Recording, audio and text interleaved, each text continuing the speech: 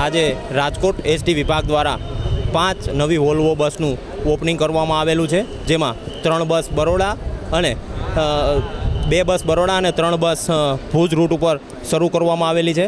બરોડાનું ભાડું 803 તથા ભુજનું ભાડું 715 રૂપિયા રાખવામાં આવેલું છે. ગયા હપ્તે પણ એસટીને 2 નવી વોલ્વો મળવા પામેલી હતી. એ બંને બસો પણ રાજકોટથી બરોડા રૂટ ઉપર શરૂ કરવામાં આવેલી છે.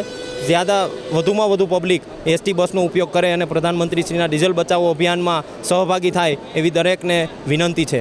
આ આશરે 1.5 કરોડ જેવા ખર્ચે તૈયાર થયેલી અત્યાધુનિક સુવિધાસભર એસટી બસ બનાવી અને પબ્લિકની સેવામાં જ્યારે મૂકવામાં આવેલી છે, ત્યારે દરેક પબ્લિકને અમારી નમ્ર અપીલ છે કે વધુમાં વધુ લોકો એસટી બસનો ઉપયોગ કરે. તાજેતરમાં અન્ય બીજી 6 નવી એસી બસો પણ આપણે રાજકોટ વિભાગને મળનાર છે, જે સ્ટેચ્યુ ઓફ યુનિટી છે, રાજકોટથી મોરબી, જામનગર વગેરે રૂટ પર સંચાલન કરવામાં આવનાર છે.